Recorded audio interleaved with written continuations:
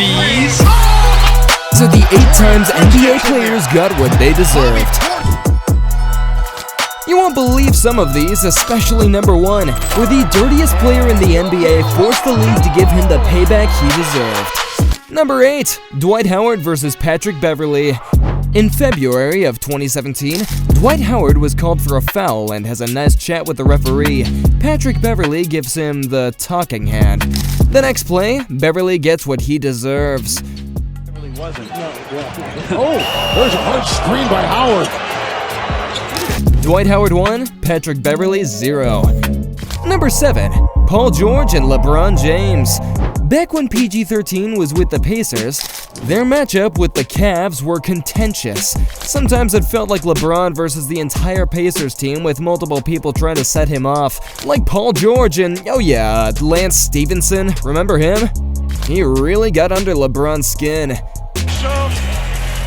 Anyway, LeBron kept his emotions in check most of the time, well, until now.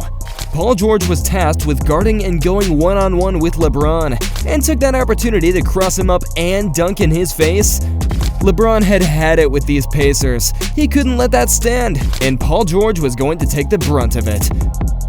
LeBron waited until he got Paul George on him and then went behind the back of him and gave it to George as good as George gave it to him. Even better. LeBron's second option there, behind the back against George. Inside! Absolutely bruising the... If you think that was just a run-of-the-mill dunk, if you think that didn't have emotion brewing behind it, then you are not paying attention. Like what you see so far? Like the video and subscribe for more awesome NBA content. Number 6, Kelly Oubre versus Paul George. Kelly Oubre has always been extra saucy, wearing his emotions on his sleeves. Participating in Kelly on Kelly crime, it's always been just a matter of time before he got too fiery with the wrong person. Kelly Olynyk might not retaliate, but you don't want to punk an all-star. While with the Suns in a game against the Clippers, Oubre got the ball and saw an open lane to the hoop. Only Paul George stood in his way, and that was no deterrent for him. That dunk was a statement enough, but the stare down that Oubre gave to George, oh, that had a whole lot of extra intensity. And still in the first minute of the game time, Oubre entered the arena mad. So later on in the second quarter, Oubre was bringing the ball up the court and threw it away to who other than Paul George. PG-13 had rated R thoughts of revenge. Throws it away. George gets it back with Oubre defeated. He flushes it in. And stares him down.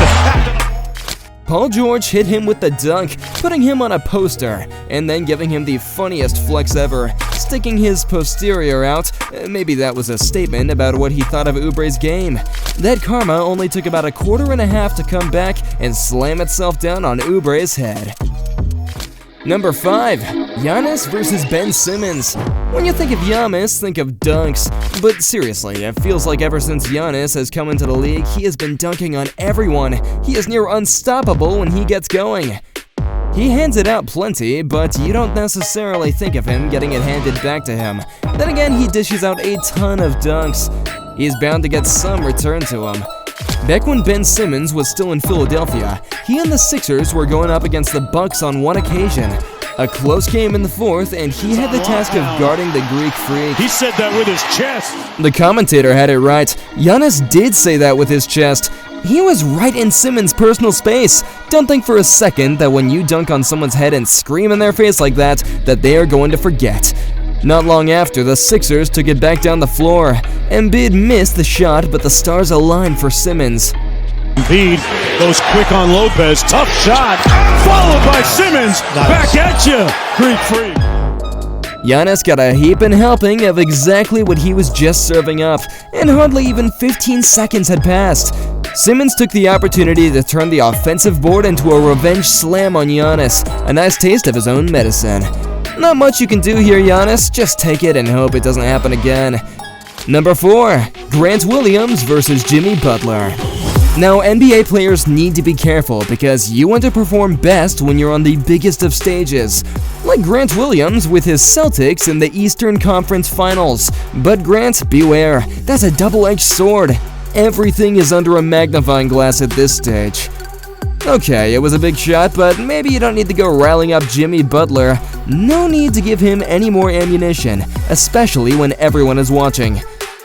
Okay, Grant, you got Jimmy going. That was not what you wanted. And in a pivotal moment of a pivotal game.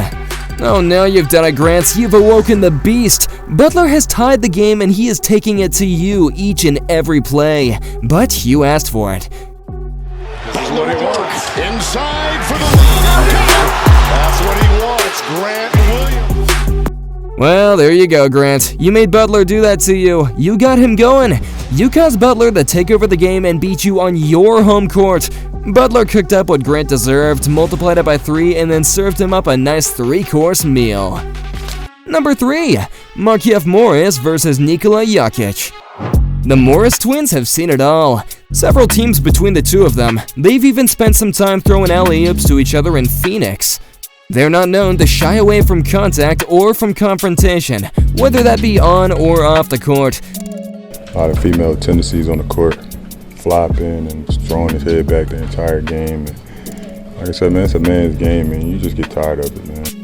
But regardless of what Marcus Morris said there, Markieff Morris brought some karma on himself in a game against the Nuggets in record time. Jokic got the rebound and was going in for a fast break. Morris went for the hard foul. Jokic took exception to the hard foul, and he went for the even harder foul. People who saw it the same way as Jokic, it wasn't a basketball play and it was too hard. Morris checked him and even extended his arm like it was a hockey play. Of course, you know that the Nuggets have history with the Morris brothers, particularly Marcus Morris. So a couple of checks, and we'll see how the officials sort this one out. Well, Jokic sure put him on skates after that. We told you, that was a new record. Never has anyone ever received karma in that short of a time frame. Congrats, Markieff. Number 2, Giannis versus Al. Giannis, again? He didn't learn his lesson the first time. He has still been mean-mugging people after he dunks on them.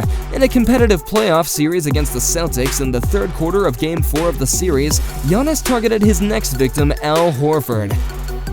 And if the emphatic dunk wasn't enough, he made sure Horford knew about it, and Horford just took it all in.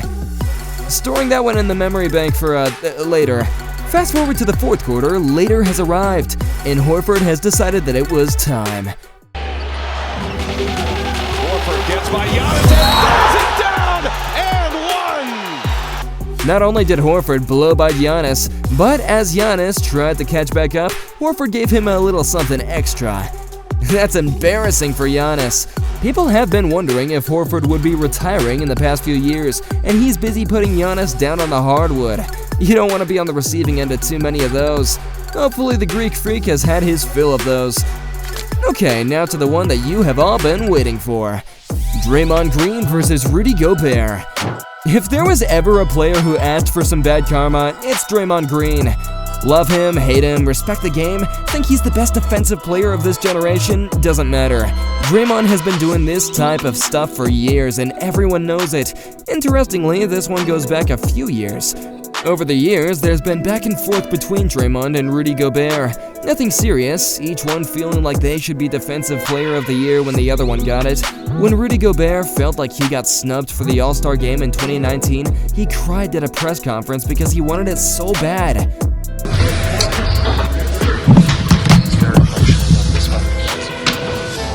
Draymond also couldn't get an All-Star invitation. He tweeted asking if he should cry too, and he didn't poke fun at Gobert just the one time. He was prodding Gobert repeatedly for years with stuff like this. Then the famous incident when Draymond punched Jordan Poole at a Warriors practice happened. What did Gobert come out and say?